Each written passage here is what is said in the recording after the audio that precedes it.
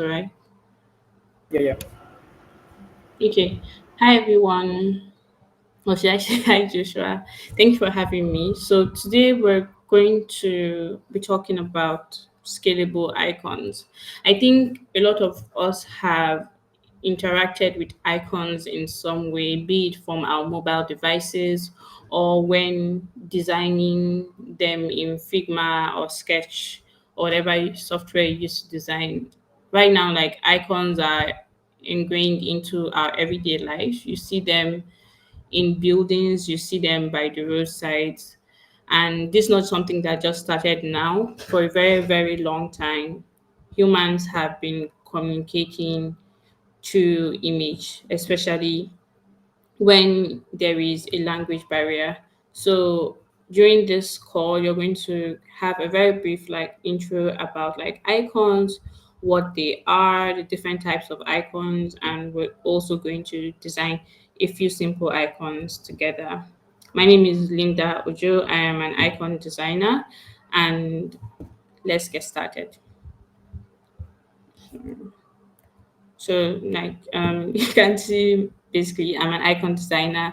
I currently I'm a freelance icon designer, and also I work as an icon designer at Ixom and animation. So I usually work with like contracts from company to company and for different clients. Rarely do I work like completely full time. That's just like the nature of the job for now. So as I mentioned earlier, we're going to talk a little bit about iconography. So I'm going to introduce everyone to the concept of icons. We're going to talk about the principles of icon design, and then we would have like a mini icon design workshop, and then we'll take on questions. So Joshua, I'm thinking for the questions, even if they can't like communicate them directly to me, if there is any other platform where you communicate with the participants, maybe a WhatsApp group, Slack, or something, maybe they can send in their questions on that group and then you can share them with me. What do you think? All right.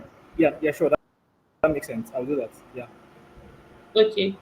So typically, like when we think of icons, especially through the like the lens of a designer, this is what comes to mind, right? And you see icons in different styles, and basically when you see this it looks very familiar. But if you know anything about my work, you know that I explore icons in a lot of different styles because they actually come in a lot of different styles, and there is so much to explore when it comes to icons. Icons tend to be kind of put in a box in speaking mostly like within our own ecosystem, but there's so much to icons. Icons are an extension of a brand identity. And one thing with brand identity is that you're trying to show of the personality of a company, right? And why would you spend like so much effort showing your personality and your values in every other design decision, and then when it comes to icons people just like settle for typical out of the box icons? It's almost as though you're using an already made cake to bake your wedding cake. That's sort of how I see it. But this is not just by like intention, is also an effect of like this ecosystem we're in, and like a knowledge gap in the design community as a whole. So what really is an icon? An icon is a symbol that represents a concept, and it also holds like the very essence of a concept to me. Think of the clock that we have. When you think of the clock symbol, everywhere you go, you see a circle with an hour and a minute hand. And sometimes icons can be literal in that they represent the very physical form of an object. But sometimes icons can also communicate the feeling that is associated with an object, or in a sense like a metaphor, right? So Here you see, okay, this is like a literal icon, and then when we see this as the save icon.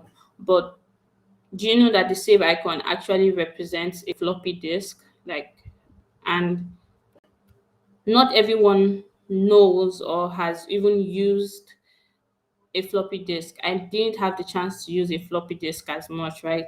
But whenever I see this icon, I already know it means save. And so there are different ways you can go about creating an icon for a concept. Then what are the principles of icon design? So similar to how we have principles for design, you also have principles for icon design. And in a sense, I would say the principles of icons actually just overlap on the existing principles of design, and so they exist together. And heads up, like as I'm talking about this, I think at the end I'm going to point everyone to a resource where I've curated like art tutorials and articles that you can read upon to have a deeper understanding of like all of this. I think most of the time is going to be focused on the actual workshop and where we can like ask questions and actually talk. So you have alignment. Most of the terms are kind of explain themselves like self-explanatory, but I'll dive a little bit into them. So you have alignment, and alignment just means like everything aligns and each icon feels balanced, and the elements are optically and visually consistent. So as we actually create icons, I'll kind of spot out which which icon rule or principle we're putting to use as we make decisions. So also you have clarity. An icon's primary goal is to communicate a concept quickly. Typically, icons are used to communicate concepts quickly, like at a glance. You don't want an icon is not a puzzle, right? So you don't want people to kind of have to like think too much about it. And then you have brevity also. Think of icons as not sentences. So you're being really specific in what you're trying to like communicate, and you're not telling a whole story.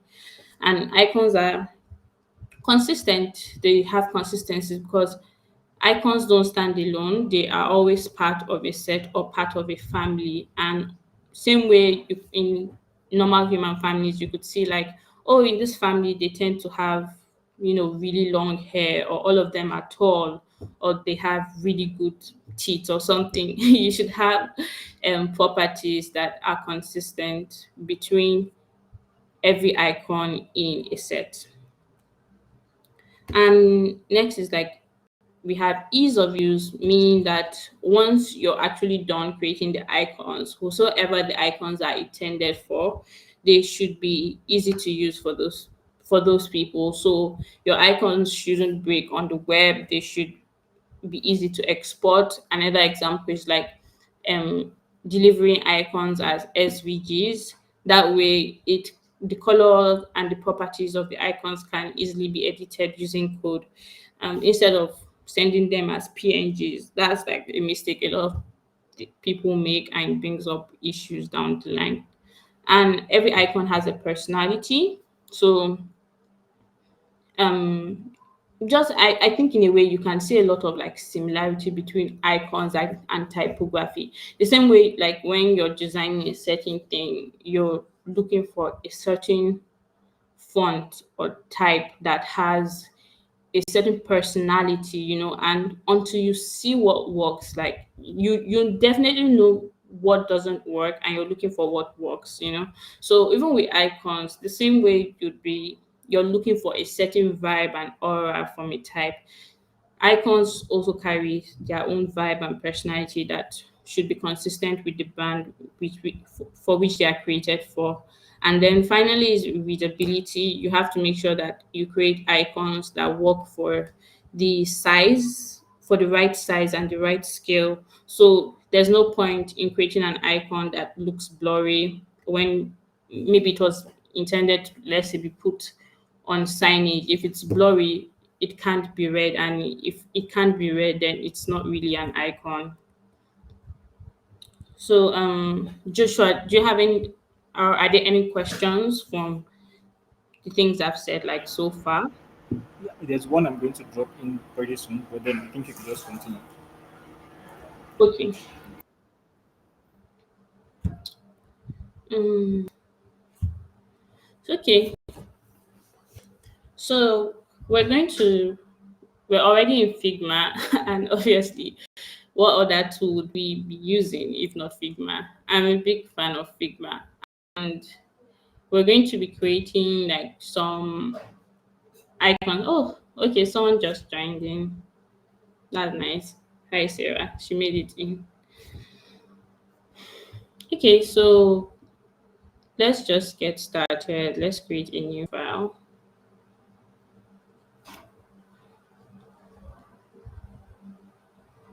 So this is an empty file that has created in front of everyone. And the first thing we're going to do is create a frame, right? And I'll just title this frame workshop. So when you want to like create icons, the first thing is to create key lines.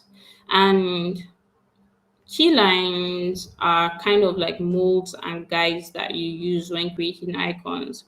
And let me first like draw something for us. So let me draw this rectangle. Oh, okay. Use a rectangle and let's draw a circle, right? So you see we have a circle here and a rectangle. Which looks bigger amongst the two of them? Joshua, Sarah? Rectangle. But I mean, maybe none.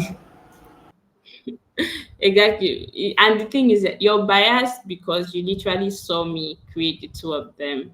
But yes, the rectangle looks, and rightly so, right? Because let me duplicate this again and let me make this darker and let me overlay it here. Because when your eyes perceive things, we don't just take the dimensions into consideration. So even though dimension wise, you'll be like, oh yes, this is 100 by 100 and this 100 by 100. Your eyes also take into consideration volume. And as we can see here, the rectangle covers spaces on this edge that circle doesn't. And so because of that, your brain says, "Oh, this let's call it a square. Why have I been saying rectangle? Maybe it was because of the Figma, yeah. But this square actually covers a lot more space and area compared to the circle. So your brain tells you that this is bigger and it's actually correct, even though they have the same length and breadth, right? Like the diameter is the same. So to compensate for that, you actually have to reduce the size of the rectangle a bit for it to look equal to the circle, right? And our brain plays this game on us everywhere all the time. And so because of that, we need to create key lines so that we can create icons that feel visually the same and that weigh visually the same or have the same visual weight. So that is the main reason why we use key lines to avoid creating an icon set that isn't consistent. So first, let's create another frame. I'm using it. I'm going to go with a 24 by 24 frame.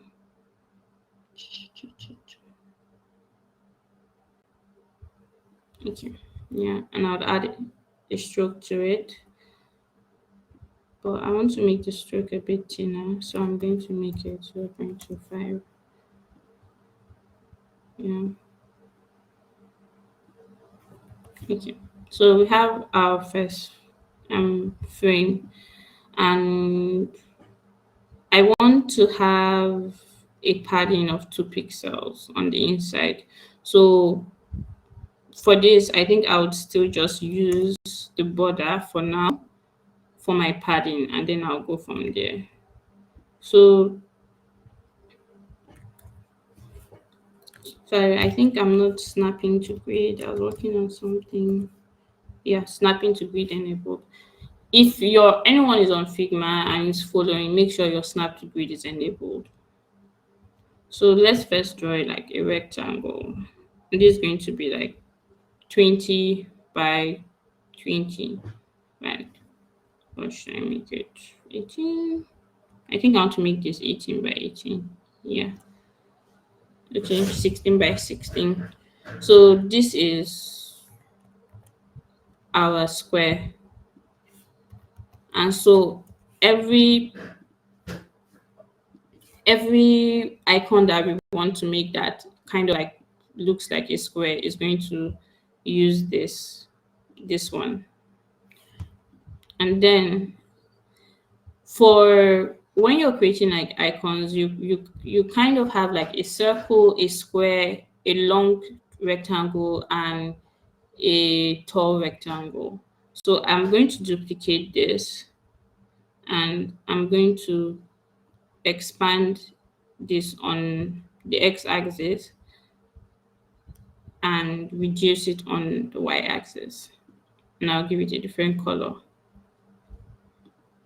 So let me maybe naming will help. So I'm going to name this the square.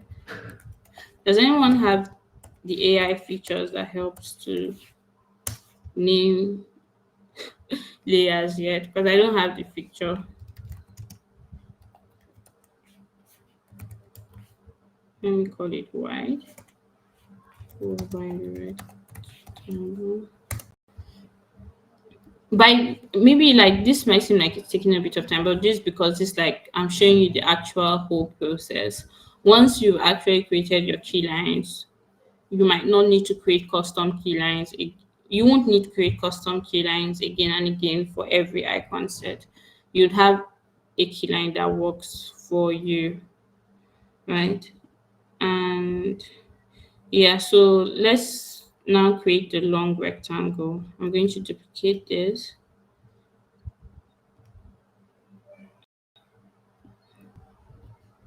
And I'll give it a separate color again. I think I want something brighter. Yeah.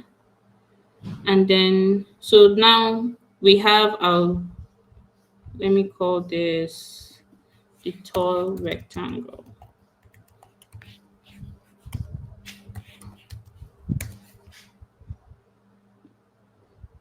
And then finally, we're going to make our circle.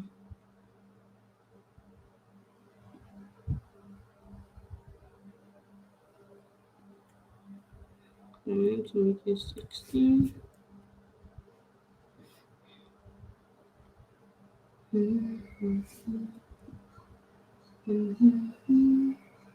So now, you see 0.5.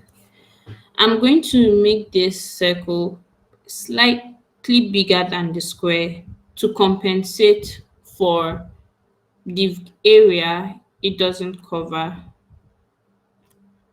So, and I'll give this its own separate color, but not. And now we have our key lines, and I'm going to make this back to 0.25. So this is what we have here. We have our external key line, so we know that this is where the space is.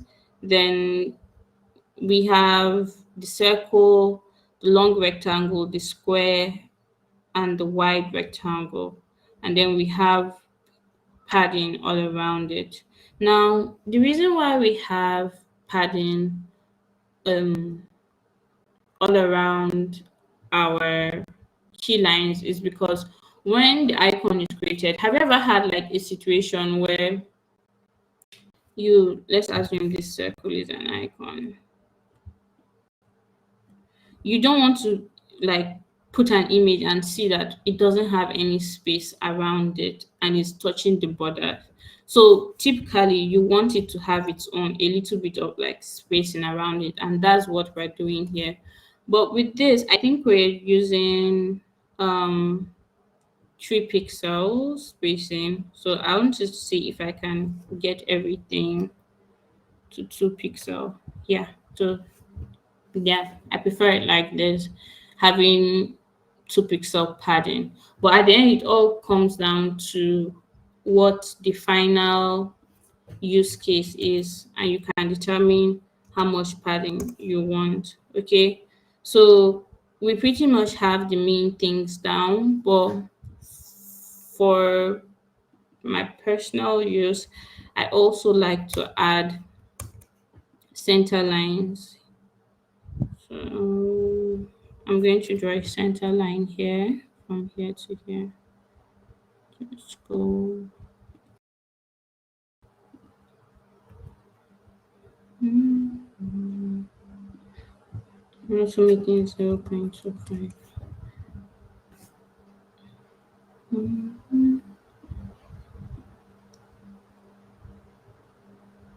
So I know where the center is. Okay. And I'll name these key lines. And I'm going to make this a component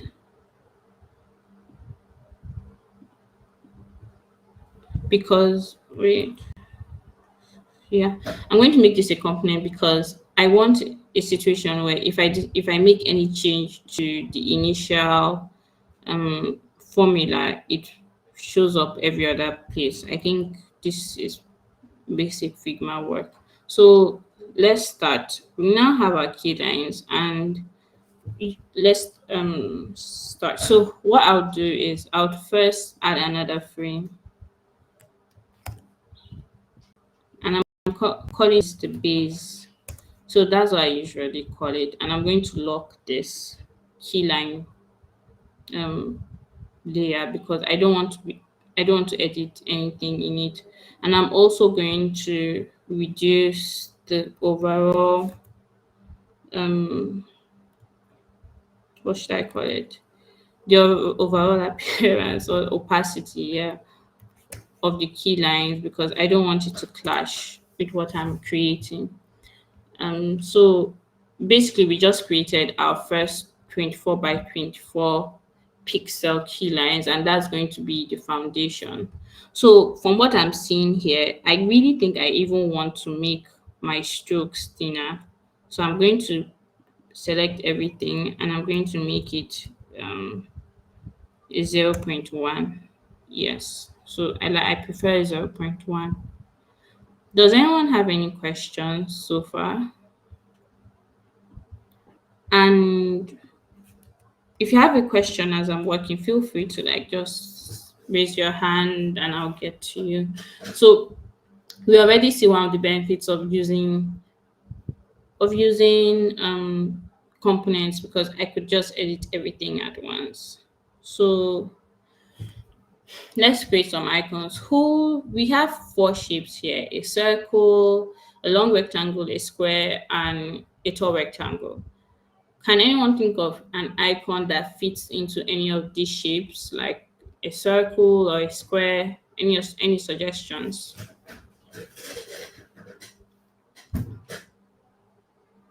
I'm going to start off with one. Let's start off with the circle that we saw earlier, the clock that we saw earlier. So I'm going to hold on shift as I draw the circle. And in this situation, I have a decision to make for the style of my icons. Do I want to create line icons or solid icons. I'm going to stick with the solid because this gives me the chance to show you a little bit about how Figma booleans work in general. So we have our base circle, and what else does the clock have? It also has, the hour and the minute hand. So let me just make this a little different color. And so I'm going to draw the hour hand. This, you see, because of this, I know that, oh, this is where the center is. And I'm going to draw this. And I'm going to increase the stroke a bit, a little too much. Mm, I think I'll give it a 1.5. How do you feel? Let's go with 2. Let's just go with 2. It's bolder. And so I have a circle and a square, and like this stroke here. Now there can be the temptation to just make this white and then hide my key lines and be like, awesome, I've created a a clock, right? But this is not in talking about ease of use. Imagine a developer being given this as a clock. He'll have to like figure out how to track the color of the, let me call it hour slash minute hand, and then the clock. You'll have to like find a way to manage both of them, right? So to avoid that, I'm going to subtract the hour hand from the circle. And I'll do this by selecting the hour hand first, then selecting the circle, and then I'm going to come here. You see, I had to expand this because of space, but if you do this, you'd see all of them here. So I think this is even better because you get to like to see the text. So I'm going to select subtract. And now it looks like nothing has happened, but something really wonderful has happened. You see, I now have this here and I have the clock. And now I can easily change the color of everything with ease. And if I have a change to make, I can say, oh, let's round the ends of this figure here. And oh, let's if I decide to bring this down a bit, because even though this is the center, visually there's you have to do a lot of visual judgment when creating icons. This feels more comfortable for me, and I don't like how sharp this edge here is. So I'm still going to select this, and I'm going to round off this corner here. And so now we have our clock, and we can make it any color we want, but we'll stick to black for now. And now you made your official first clock. And if one of the great ways of like using booleans and all is that you see how you're able to easily edit everything. So I can still come here and make this 1 pixel or 1.5, and it immediately adapts, right? I can decide to reduce the and say, oh, let's bring this a bit, let's bring it down, and it still works just as fine.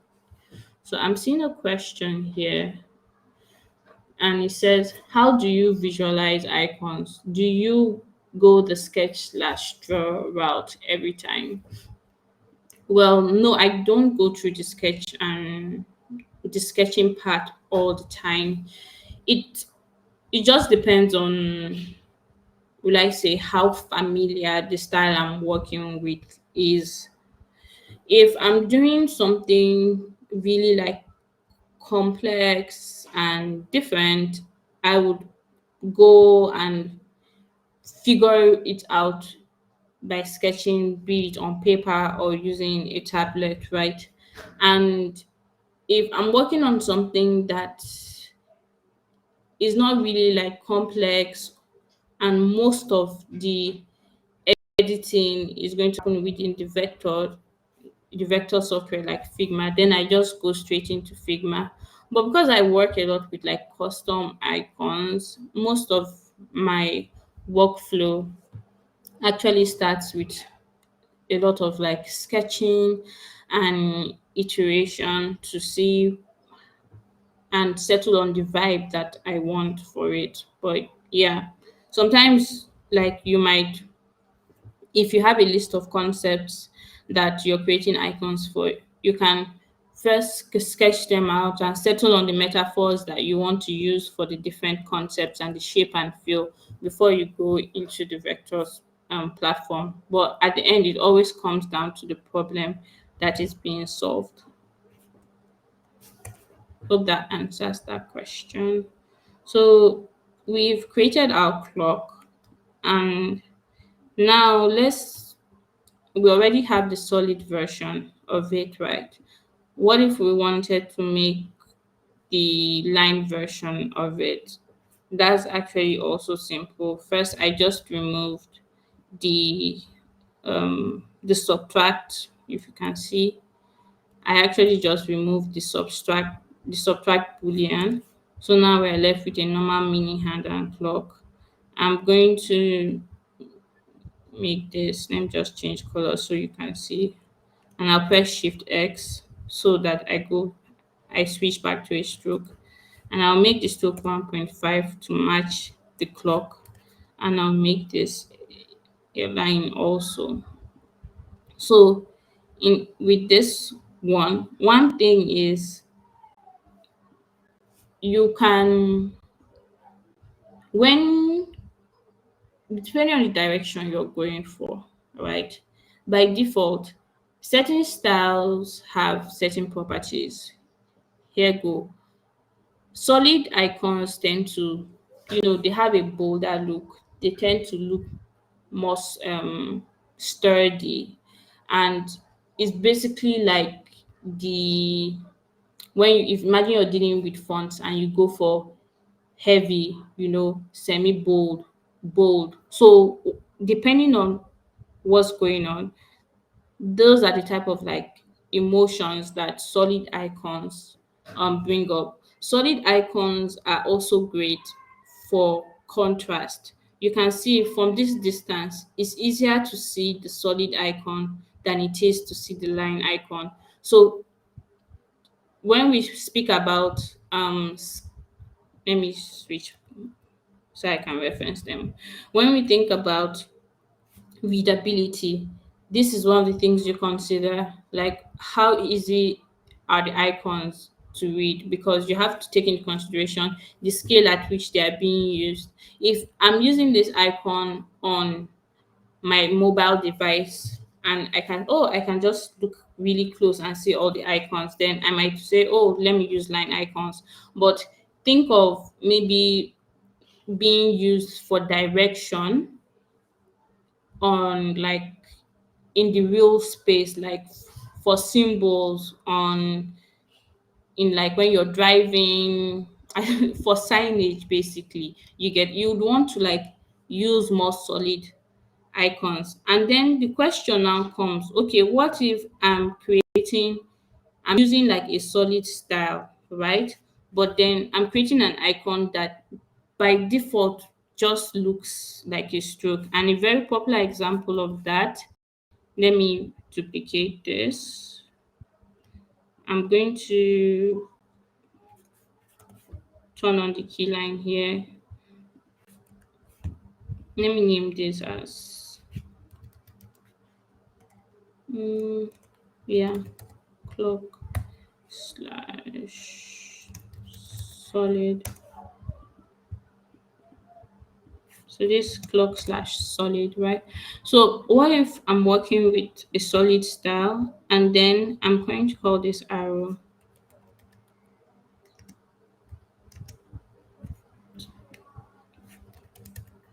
solid slash If you can see, I'm trying to like name them in a very particular way, and at the end of this, you'd see why. Solid slash clock, right? Yeah. So let me draw an arrow here. I'm going to just use my pen tool. An arrow would fall, this arrow at least, would fall into the very long rectangle. And I want to push this whole thing back a bit. But now in this situation, you can see that this point here, obviously it has come out of the, you like say, the boundary I set, right? But in thinking about like the visual space covered, I would say, wow, this arrow doesn't cover a lot of space. It might actually be good for me to let it point a little bit, because it will help it look bigger than it actually is. And this is to make up for all the lack of the space that isn't used in this area. So now let's give it the color black, right? And remember why I'm drawing this arrow, I was saying that what about if you're creating an icon for a solid style that by default kind of just looks like a stroke, and how do you make it fit in? So in this situation, right, well, another thing is like arrows have a pointier end, so that already compensates for that. So I'm still going to take it back. Okay, so what do we do in this situation? What will actually happen is to make it look more like a solid icon, I'm actually going to increase the stroke width. I might even push it to 3.5, and yeah, and I'm going to cover this. And now, for some reason, basically like psychology, it now looks, even though it's made with just a stroke, it now looks like a solid icon. Who else agrees with me?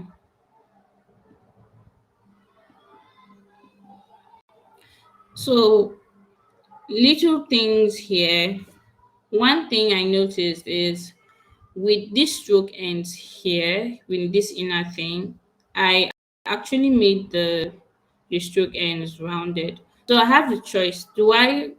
How do I want to treat all stroke ends? Do I want to say, oh, there are exceptions, or do I want to make this consistent with the rest?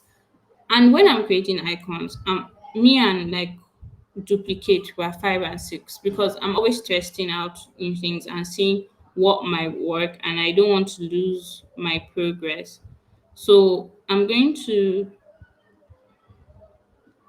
make the ends of this rounded, and I'm going to also make this a bit rounded. And the way Figma works is when you make something, the end of a stroke rounded, it actually puts extra length to the stroke. So I'm going to bring this back to accommodate the extra length that was added by Figma. And I'll hold shift here while I'm moving these diagonal strokes, so I keep to the 45-degree angle that I was working with. And so I'm going to take this back, and I'm going to cover, um let me say, hide the key lines. So now we have our circle and our arrow. Let's make it maybe 3. Yeah, I think 3 is better. So basically, you've created two icons just like that, an arrow icon and a clock icon. Obviously, like there could be like more complex icons, but we're sticking to the basics and talking more about the problem solving process and the rationale behind the decisions that are being made. So why am I just moving everything around? So let's also see what other icon can we create. In this situation, I can easily just duplicate this and reduce the stroke width to be able to make this other one something that fits in this. Yeah, this 1.5, this 1.5. So you see how just the change in the stroke weight, you see this and you think, okay, yeah, this is part of like a line icon set. And you see this and you think, oh, this is probably part of a solid icon set. Mhm. I think I want to like reduce this a bit. In my eye. Sometimes when like icons can be like selfies. When you stare at them too for too long, it's almost as if they begin to morph, and you're like, wait, is this really an arrow? Does this really look like an arrow? But that's why it's good to have references. And let me see. One reference that I always have or share, let me bring this here, is icon, the noun project. That's also a place that I go to often. So the noun project is a website that contains like a lot of icons, and you can see like there's even a previous search. So sometimes when I'm working on something, and because actually off heart you don't actually know what everything looks like, right? So you always want to like, you always want to check, okay, what do other icons look like? Because people, you want to make sure that what you're creating is familiar and recognizable to other, and to what is being used on other websites, because users don't only use your website. So the whole internet is trying to like come together to create a single language. And so when you're creating like icons and you're trying to figure out, okay, what does this icon look like, or you're trying to figure out a style, the noun project is a great place and resource to explore what different the different ways in which a particular concept is represented as an icon, you get. So here we can see the knobs, you can see a shield, you can see this can also be used as filters, but people also use it as settings. And you just kind of see the different examples out there that people use to create icons. And yeah, I think maybe we can squeeze in one more icon and then we can take in some questions. But I would say maybe we spent over 30 minutes like talking about these icons. Can you imagine how long it took to then create this whole set, and imagine the number of times they had to be like tweaks to create a set that looks, you know, uniform, even though they have totally different styles. So this particular image here contains solid icons, duotone icons, and also line icons.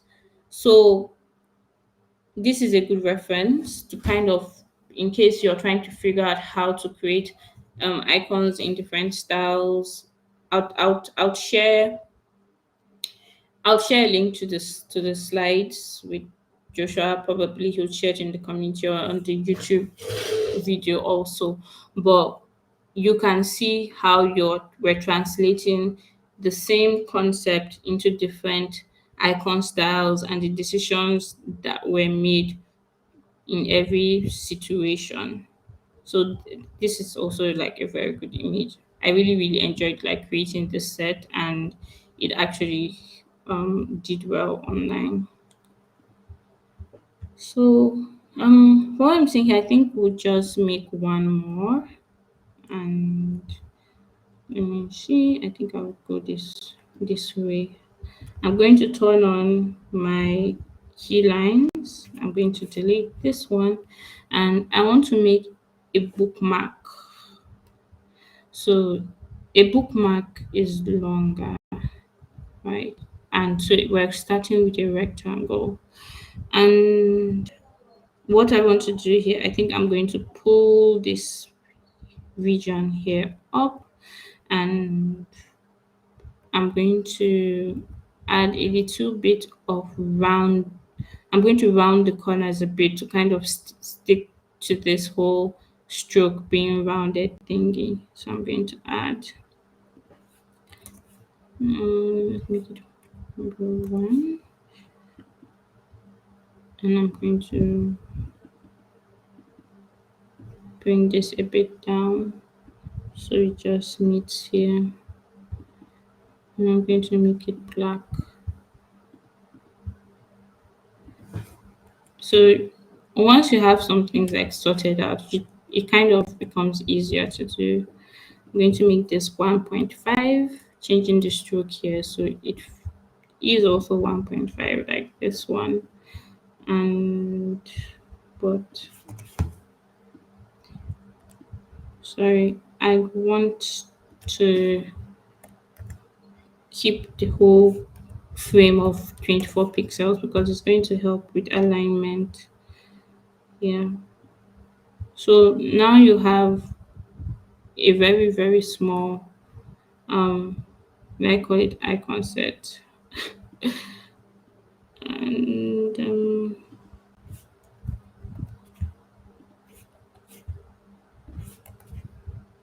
yeah, you have your solid icons and your line.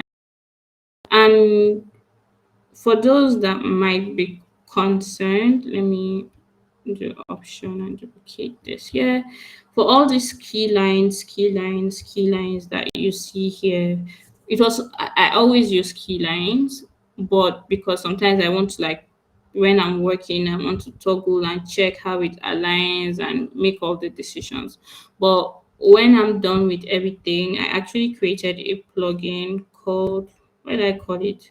I called it type. I think it should be under my, yeah, I called it select type delete, easily delete multiple layers at the same time. It's a very simple plugin and I created it for just this purpose and this purpose alone, to delete key lines. So you can see I have all these small key lines here, but once I find and delete, it deletes all of them from the different layers that they are in. And so I can now just select all this, and if I want to export them as SVG, I don't have the key lines in the way. So I'll click on export, select SVG, and export 6 layers, and that's it. So it's easy peasy, and now you can easily change the colors as you deem fit and as you get along. So basically, this is how you create really custom scalable icons that would stand the test and quality of time. And yeah, it's a really handy skill to have. um I guess this is a good time to like switch over to kind of like ask questions and just discuss more about what we've seen here so far. And even if there are questions outside the scope of what we've done here, as long as it's related to icon design and maybe my own design process as a whole, or design in general. Yeah. Thank you very much.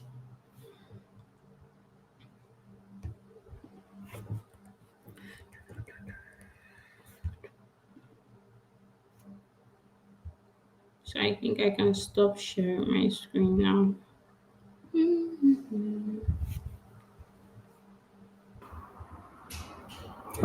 I have. Can you hear me? Mm-hmm. Yeah, yeah. So I have one right here.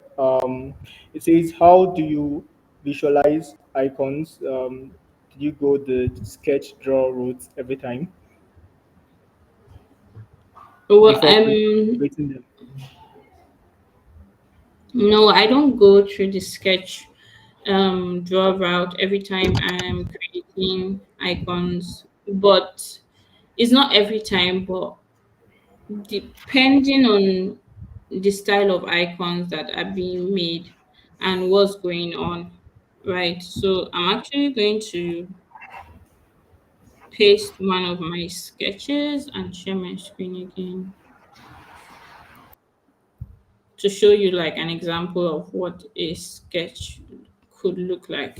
So these are some of the sketches that I made for, I don't even know if you call them icons, but maybe like illustrations, right? And I did this on my tablet first and then created an image and brought it into Figma and then created the vector versions of them. Now, I don't know how well of a to be to just start, creating the vector version of this without sketches, right?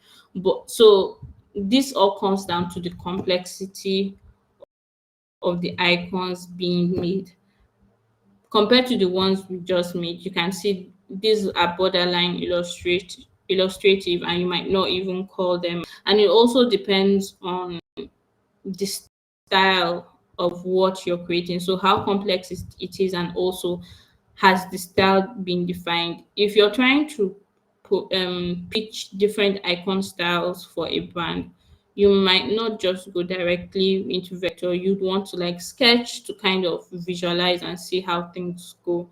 So rule of thumb, if possible, always start with sketches, but sometimes you might not need sketch for every situation.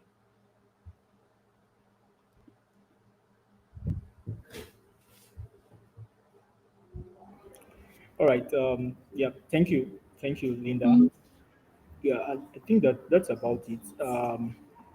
That's about all I got mm, from the questions. Yeah, but yeah, I think a couple of people joined in along the way. But like I said, it was. I'm not sure. I might have to like report that bug to the folks and then see how mm. that is fixed. But yeah, this would be edited, and then once it's up, I will definitely let you know. Okay, thank you very Yeah. much. Yeah, thank you so much for your time. Um, thank you. And how did you get to celebrate the Figma icon showcase on Times Square?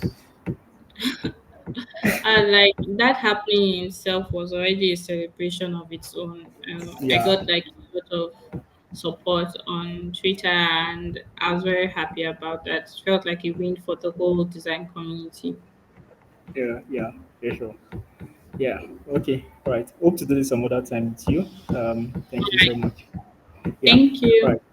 Yeah, Bye. bye.